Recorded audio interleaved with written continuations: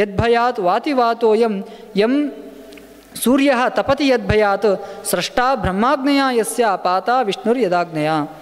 ಒಬ್ಬ ವಾಯು ಗಾಳಿಯನ್ನು ಬೀಸುವಂಥದ್ದು ಭಗವಂತನ ಅನುಗ್ರಹದಿಂದ, ಸೂರ್ಯನು ಬೆಳಕನ್ನು ಕೊಡುವಂಥದ್ದು ಭಗವಂತನ ಅನುಗ್ರಹದಿಂದ, ಯಮಧರ್ಮ ಪ್ರಾಣವನ್ನು ಅಪಹಾರ ಮಾಡುವನು ಭಗವಂತನ ಅನುಗ್ರಹದಿಂದ.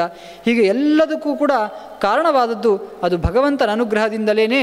ಯಮಧರ್ಮನಾಗಿರಬಹುದು, ಅವನ ಮಕ್ಕಳಾದಂತಹ ವ್ಯಾಧಿಗಳಾಗಿರಬಹುದು, ಎಲ್ಲರೂ ಕೂಡ ಭಗವಂತನ ಅನುಗ್ರಹದಿಂದಾಗಿ ಅನೇಕ ರೀತಿಯ ವ್ಯಾಧಿಗಳನ್ನು ಲೋಕದಲ್ಲಿ ಹರಡುತ್ತಾರೆ ಅಂತ ಹೇಳ್ತಾ, ಆ ವ್ಯಾಧಿಗಳ ಬಗ್ಗೆ ಸುಮಾರು ಒಂದು 2-3 ಅಧ್ಯಾಯಗಳಲ್ಲಿ ತುಂಬ ಸುಂದರವಾಗಿ ಆ ಲೋಕದಲ್ಲಿ ಯಾವ ಯಾವ ರೀತಿಯ ವ್ಯಾಧಿಗಳಿರ್ತದೆ, ಆ ವ್ಯಾಧಿಗಳಿಗೆ ಕಾರಣವೇನು ಅದೆಲ್ಲವನ್ನು ಕೂಡ ವಿಸ್ತಾರವಾಗಿ ಹೇಳಲಿಕ್ಕೆ ಪ್ರಾರಂಭ ಮಾಡ್ತಾರೆ.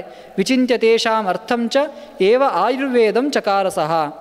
ಬ್ರಹ್ಮದೇವರು ಋಗ್ವೇದ, ಯಜುರ್ವೇದ, ಸಾಮವೇದ, ಅಥರ್ವವೇದ ಅಂತಕ್ಕಂತಹ 4 ವೇದಗಳನ್ನು ಭಗವಂತನಿಂದ ಪಡೆದು ನಂತರ ಆ ಎಲ್ಲ ವೇದಗಳ ಸಾರಭೂತವಾಗಿ ಆ ವೇದಗಳಿಂದಾಗಿ ಭಗವಂತನ ಸಾಧನೆಯನ್ನು ಮಾಡಬೇಕಾದರೆ ಮುಖ್ಯವಾಗಿ ಶರೀರ ಬೇಕು. ಆ ಶರೀರದ ರಕ್ಷಣೆ ಮತ್ತು ಮನಸ್ಸಿನ ರಕ್ಷಣೆ, ಎರಡರ ಮಾನಸಿಕ ಆರೋಗ್ಯ ಮತ್ತು ಶಾರೀರಿಕ ಆರೋಗ್ಯವನ್ನು ಪಡೆಯುವುದಕ್ಕೋಸ್ಕರ ಆಯುರ್ವೇದವನ್ನು ಭಗವಂತನಿಂದಾಗಿ ಪಡೆದ. ಆ ಬ್ರಹ್ಮದೇವರಿಂದಾಗಿ ಅನೇಕ ಋಷಿಗಳ ಮೂಲಕ ಅನೇಕ ಶಾಸ್ತ್ರದ ಹೆಸರನ್ನು ಬ್ರಹ್ಮವೈವರ್ತ ಉಲ್ಲೇಖ ಮಾಡ್ತದೆ. ಇವತ್ತು ನಮಗೆ ಈ ಹೆಸರಿನ ಯಾವ ಆಯುರ್ವೇದದ ಗ್ರಂಥಗಳು ಕೂಡ ಉಪಲಬ್ಧಿ ಇಲ್ಲ. ಸುಶ್ರುತ ಸಂಹಿತ, ಚರಕ ಸಂಹಿತ ಮೊದಲಾದಂತಹ ಗ್ರಂಥಗಳು ಉಪಲಬ್ಧಿ ಇದ್ದರೂ ಕೂಡ ಚಿಕಿತ್ಸಾ ಕೌಮುದಿ, ಚಿಕಿತ್ಸಾ ಧರ್ಮಣ, ಚಿಕಿತ್ಸಾ ಸಾರತಂತ್ರ, ಚಿಕಿತ್ಸಾ ಸರ್ವಸ್ವ ಮೊದಲಾದಂತಹ ಅನೇಕ ಗ್ರಂಥಗಳನ್ನು ಬ್ರಹ್ಮವೈವರ್ತ ಪುರಾಣ ಉಲ್ಲೇಖ ಮಾಡ್ತದೆ. ಹೀಗೆ ಉಲ್ಲೇಖ ಮಾಡಿ ಅನೇಕ ರೀತಿಯ ರೋಗ ಪ್ರಭೇದಗಳನ್ನು ಹೇಳ್ತಾ ಹೋಗ್ತದೆ. ವಾಯುಜಃ ಪಿತ್ತಜಶ್ಚೈವ ಶ್ಲೇಷ್ಮಜಶ್ಚ ತಥೈವ ಚ ಜ್ವರಭೇದಾಶ್ಚ ತ್ರಿವಿಧಾಃ ಚತುರ್ಥಶ್ಚ ತ್ರಿದೋಷಜಃ. ಮುಖ್ಯವಾಗಿ ನಮ್ಮ ಎಲ್ಲ ರೀತಿಯ ರೋಗಕ್ಕೆ ಕಾರಣವಾಗುವಂಥದ್ದು 3: ವಾತ, ಪಿತ್ತ, ಕಫ ಎಂಬುದಾಗಿ. ಈ 3 ವಿಧದ ಜ್ವರಗಳಿಂದಾಗಿ ಅನೇಕ ರೀತಿಯ ಯೇಷಾಂ ಭೇದ ಪ್ರಭೇದೇನ ಚತುಷ್ಷಷ್ಟಿ ರುಜಸ್ಮೃತಃ ಅಂತ ಒಟ್ಟು 64 ಬಗೆಯ ರೋಗಗಳನ್ನು ಬ್ರಹ್ಮವೈವರ್ತ ಉಲ್ಲೇಖ ಮಾಡ್ತದೆ. ಅದರಲ್ಲಿ ಪ್ರತ್ಯೇಕವಾಗಿ ಒಂದೊಂದು ಬಗೆಯ ರೋಗಗಳನ್ನು ಹೇಳ್ತಾ ಚಕ್ಷುರ್ ಜಲಂಚ ವ್ಯಾಯಾಮ, ಪಾದಾದ ಸ್ಥೈಲಮರ್ದನಂ, ಅದಕ್ಕೆ ಯಾವ ಯಾವ ರೀತಿಯಾದಂತಹ ಪರಿಹಾರ, ಯಾವ ಯಾವ ರೀತಿಯಾದಂತಹ ಚಿಕಿತ್ಸೆಗಳನ್ನು ಕೊಡಬೇಕು, ಇದೆಲ್ಲವನ್ನು ಕೂಡ ವಿಸ್ತಾರವಾಗಿ ಹೇಳ್ತಾ ಹೋಗ್ತಾರೆ. ಆ ಎಲ್ಲ ರೋಗದ ವಿಧಿಗಳನ್ನು ಹೇಳಿ ಒಂದು ಪ್ರಧಾನವಾದಂತಹ ಒಂದು ತತ್ವವನ್ನು ಹೇಳ್ತಾರೆ. ಈ ಎಲ್ಲ ರೋಗಗಳಿಗೂ ಕಾರಣ ಯಾವುದು ಅಂತ ಹೇಳಿದ್ರೆ, ಪಾಪೇನ ಜಾಯತೆ ವ್ಯಾಧಿ, ಪಾಪೇನ ಜಾಯತೆ ಜ್ವರ, ಪಾಪಾನಾಂ ವ್ಯಾಧಿಭಿಸ್ಸಾರ್ಧಂ ಮಿತ್ರತಾ ಸಂತತಂ ವ್ರತಂ. ಪಾಪ ಮತ್ತು ವ್ಯಾಧಿ ಎನ್ನುವಂಥದ್ದು ಅತ್ಯಂತ ಹತ್ತಿರದ ಮಿತ್ರರು. ನಮಗೆ ಒಂದು ರೋಗ ಬರ್ತದೆ ಅಂತ ಹೇಳಿದ್ರೆ ಲೌಕಿಕವಾದಂತಹ ಕೆಲವು ಕಾರಣಗಳು ಹೇಗೆ ಅಲ್ಲಿ ನಮಗೆ ರೋಗವನ್ನು ಹುಟ್ಟಿಸ್ತದೋ, ಕೆಟ್ಟ ಆಹಾರ ಆಗಿರಬಹುದು, ಕೆಟ್ಟ ವಾತಾವರಣ ಆಗಿರಬಹುದು, ಅಥವಾ ಯಾವುದೋ ಒಂದು ಹೊರಗಿನ ಸಲಕರಣೆಗಳು ನಮಗೆ ರೋಗವನ್ನು ಹೇಗೆ ಉಂಟು ಮಾಡ್ತದೋ, ಅದರ ಜೊತೆಗೆ ನಮ್ಮಲ್ಲಿರ್ತಕ್ಕಂತಹ ಪಾಪವೂ ಕೂಡ ನಮಗೆ ಆ ವ್ಯಾಧಿಗೆ, ಆ ರೋಗಕ್ಕೆ ಕಾರಣ ಆಗ್ತದೆ. ಅದರಿಂದಾಗಿ ಮುಖ್ಯವಾಗಿ ಹೊರಗಿನ ಆರೋಗ್ಯದ ರಕ್ಷಣೆಗೆ ಎಲ್ಲ ರೀತಿಯ ಜಾಗ್ರತೆಯ ಜೊತೆಗೆ ಪುಣ್ಯ ಪಾಪಗಳ ಜಾಗ್ರತೆ ಇದ್ದರೆ ಮಾತ್ರ ನಾವು ಈ ರೋಗವನ್ನು ಜಯಿಸಲಿಕ್ಕೆ ಸಾಧ್ಯ.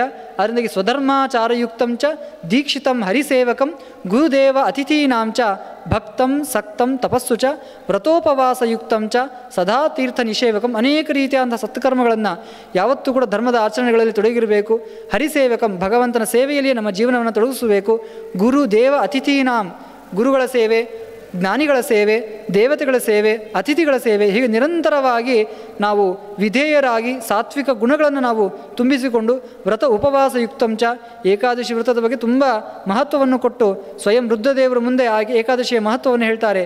ಏಕಾದಶಿ ಮೊದಲಾದಂತಹ ವ್ರತಗಳನ್ನು ಮಾಡಿಕೊಂಡು ತೀರ್ಥ ನಿಷೇವಣಂ, ಅನೇಕ ತೀರ್ಥಕ್ಷೇತ್ರಗಳಲ್ಲಿ ಭಗವಂತನ ವಿಶೇಷ ಸನ್ನಿಧಾನಗಳಲ್ಲಿ ಭಗವಂತನ ಸೇವೆಯನ್ನು ಮಾಡಿಕೊಂಡಿದ್ದರೆ ಈ ಪಿತ್ತ, ವಾತ, ಕಫ ಮೊದಲಾದಂತಹ ಅನೇಕ ರೀತಿಯ ರೋಗಗಳಿಂದಾಗಿ ನಾವು ಪರಿಹಾರವನ್ನು ಪಡೆಯಬಹುದು. ಹೀಗೆ ಆ ರೋಗಗಳ ಬಗ್ಗೆ, ಆ ರೋಗಗಳು ಬರುವುದಕ್ಕೆ ಯಾವ ಕಾರಣಗಳಿದೆ, ಆ ರೋಗಗಳನ್ನು ಪರಿಹಾರ ಮಾಡಿಕೊಳ್ಳುವ ಸಾಧನಗಳು, ಇವೆಲ್ಲವನ್ನು ಕೂಡ ವಿಸ್ತಾರವಾಗಿ ಹೇಳಿ ಕೊನೆಗೆ ನಿನ್ನ ಉಪಬರಹಣ ಯಾವುದೇ ರೀತಿಯ ರೋಗಗಳಿಂದ ಮರಣವನ್ನು ಪಡೆದದ್ದಲ್ಲ. ಯಾಕೆಂದರೆ ಪಾಪವನ್ನು ಮಾಡಿದ್ದರೆ ಅವನಿಗೆ ರೋಗ ಬಂದು ಆ ರೋಗದಿಂದಾಗಿ ಅವನು ಮರಣವನ್ನು ಪಡೆದಿದ್ದ. ಆದರೆ ಅವನಿಂದಾಗಿ ಅಂತಹ ಮಹತ್ ಪಾಪ ಎನ್ನುವಂಥದ್ದು ಆಗಿಲ್ಲ. ಅದರಿಂದಾಗಿ ಅವನಿಗೆ ನಾವು ಜೀವದಾನವನ್ನು ಮಾಡಬೇಕು ಅಂತ ಬ್ರಾಹ್ಮಣರು ಕೇಳಿಕೊಂಡಾಗ ಅಲ್ಲಿ ಎಲ್ಲ ದೇವತೆಗಳು ಕೂಡ ಉಪಸ್ಥಿತರಿದ್ದಾರೆ. ಬ್ರಹ್ಮದೇವರು, ರುದ್ರದೇವರು ಎಲ್ಲರ ಮುಂದೆ ಆ ಒಟ್ಟು ಇವನಿಗೆ ಆ ಉಪಬರಹಣನು ಯಾವುದೇ ರೀತಿಯ ಪಾಪದ ಸಂಪಾದನೆ, ಪಾಪ ಕೆಲಸಗಳನ್ನು ಅವನು ಮಾಡಿಲ್ಲ, ಅವನಿಗೆ ಮರಣವನ್ನು, ಜೀವವನ್ನೇ ಬಿಡತಕ್ಕಂತಹ ದೊಡ್ಡ ಪಾಪ ಅವನಿಂದ ನಡೆದಿಲ್ಲ. ಅದರಿಂದಾಗಿ ಅವನಿಗೆ ಜೀವದಾನವನ್ನು ಮಾಡಬೇಕು ಅಂತ ಹೇಳಿದಾಗ ಆಗ ಬ್ರಹ್ಮದೇವರು ದಾಸ್ಯಾಮಿ ಜೀವದಾನಂಚ ಸ್ವಯಂ ವಿಷ್ಣೋ ಪ್ರಸಾದತಃ, ಆ ವಟು ರೂಪದಲ್ಲಿ ಸ್ವಯಂ ಭಗವಂತನೇ ಆಜ್ಞೆಯನ್ನು ಮಾಡ್ತಾ ಇದ್ದಾನೆ ಅಂತ ಹೇಳಿದ ಮೇಲೆ ಅವನಿಗೆ ನಾನು ಜೀವದಾನವನ್ನು ಮಾಡ್ತೇನೆ. ಕರ್ಮಾರಂಭೇ ಚ ಮಧ್ಯೆ ಚ ಶೇಷೇ ವಿಷ್ಣುಂಚ ಯಸ್ಮರೇತು. ಈ ಸಂದರ್ಭದಲ್ಲಿ ಬ್ರಹ್ಮದೇವರು ಹೇಳ್ತಕ್ಕಂತಹ ಮಾತು, ಅಪವಿತ್ರ ಪವಿತ್ರೋವ ಸರ್ವಾವಸ್ಥಾಂ ಗತೋಪಿವ ಯಸ್ಮರೇತ್ ಪುಂಡರೀಕಾಕ್ಷಂ ಸಭಾಖ್ಯಾಭ್ಯಂತರ ಶುಚಿಹಿ. ಆ ಉಪಬರಹಣ ಒಂದು ತಪ್ಪನ್ನು ಮಾಡಿರಬಹುದು, ಆದರೆ ಇಡೀ ಜೀವನದಲ್ಲಿ ಪ್ರತಿ ಕ್ಷಣದಲ್ಲಿಯೂ ಕೂಡ ಭಗವಂತನ ಸ್ಮರಣೆಯನ್ನು ತನ್ನಲ್ಲಿ ತುಂಬಿಕೊಂಡು ಅತ್ಯಂತ ಪವಿತ್ರಮಯವಾದಂತಹ ಜೀವನವನ್ನು ನಡೆಸಿದವನು.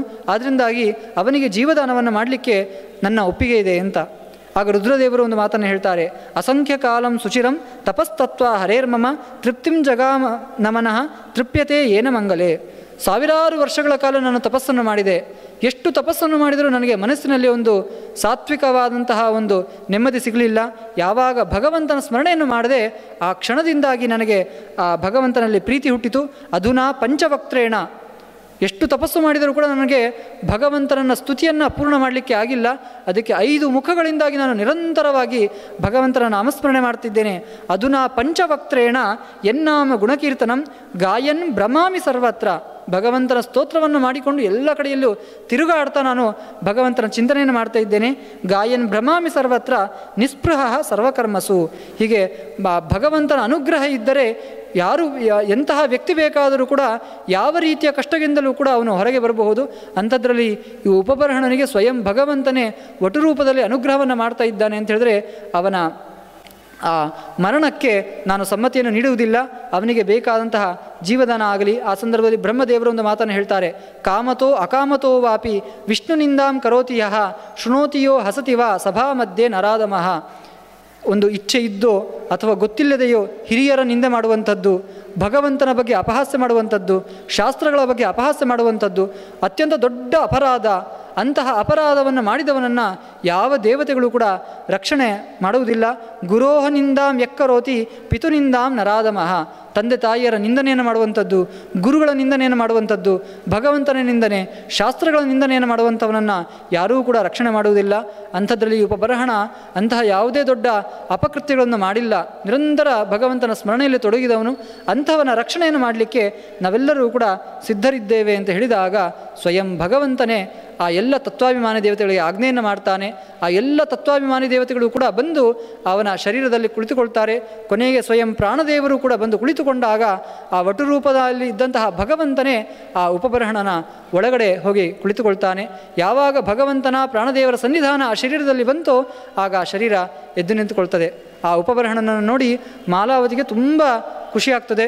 ತುಂಬ ವಿಸ್ತಾರವಾದಂತಹ 2 ಅಧ್ಯಾಯದಲ್ಲಿ ಆ ಕೃಷ್ಣನ ಸ್ತೋತ್ರವನ್ನು ಆ ಮಾಲತಿ ದೇವಿ ಮಾಡಿದ್ದಾಳೆ. ಆ ಎಲ್ಲ ದೇವತೆಗಳಿಗೆ ಆ ಕೃತಜ್ಞತೆಯನ್ನು ಅರ್ಪಿಸಿ ಆ ಗಂಧರ್ವ ರಾಜ ಉಪಬರಹಣ ಮತ್ತು ಆ ಮಾಲಾವತಿ ತಮ್ಮ ಊರಿಗೆ ಹೋಗಿ ನಿರಂತರವಾಗಿ ತಪಸ್ಸನ್ನು ಮಾಡಿಕೊಂಡು ಒಳ್ಳೆಯ ಸಾತ್ವಿಕವಾದಂತಹ ಜೀವನವನ್ನು ನಡೆಸಿದ್ದಾರೆ. ಹೀಗೆ ಅವರಿಗೂ ಕೂಡ ವೃದ್ಧಾಪ್ಯ ಬಂದಾಗ ಕಾಲಕ್ರಮದಲ್ಲಿ ಆ ಉಪಬರಹಣನು ಮರಣವನ್ನು ಪಡೆದಿದ್ದಾನೆ. ಹೀಗೆ 2 ಬಾರಿ ಮರಣವನ್ನು ಪಡೆದವನು ಆ ಉಪಬರಹಣ ಎಂಬುದಾಗಿ ನಾವು ಈ ಬ್ರಹ್ಮವೈವರ್ತ ಪುರಾಣದಲ್ಲಿ ಒಮ್ಮೆ ಮರಣವನ್ನು ಪಡೆದು ದೇವತೆಗಳ ಅನುಗ್ರಹ, ಅದರಲ್ಲಿ ವಿಶೇಷವಾಗಿ ತನ್ನ ಹೆಂಡತಿಯ ಶ್ರದ್ಧೆ ಭಕ್ತಿಯಿಂದಾಗಿ ಭಗವಂತನ ಅನುಗ್ರಹದಿಂದಾಗಿ ಪುನಃ ಜೀವದಾನವನ್ನು ಪಡೆದುಕೊಂಡು ಆ ಸಾತ್ವಿಕವಾದಂತಹ ಜೀವನವನ್ನು ನಡೆಸಿ ಕಾಲಕ್ಕೆ ಅನುಗುಣವಾಗಿ ಮರಣವನ್ನು ಪಡೆದಿದ್ದಾನೆ. ನಂತರ ಪುನಃ ಒಬ್ಬ ದ್ರುಮಿಳ ಎನ್ನತಕ್ಕಂತಹ ಒಬ್ಬ ವ್ಯಕ್ತಿಯ ಮಗನಾಗಿ, ದ್ರುಮಿಳ ಮತ್ತು ಕಲಾವತಿ ಎನ್ನತಕ್ಕಂತಹ ದಂಪತಿಗಳಲ್ಲಿ ಮಗನಾಗಿ ಈ ನಾರದ ಉಪಬರಹಣನಾಗಿ ಹುಟ್ಟಿದವ ಮತ್ತೊಂದು ಜನ್ಮದಲ್ಲಿ ದಾಸಿ ಪುತ್ರಿಯಾಗಿ ಈ ಕಾಲಾವತಿಯ ಮಗನಾಗಿ ಹುಟ್ಟಿದ್ದಾನೆ.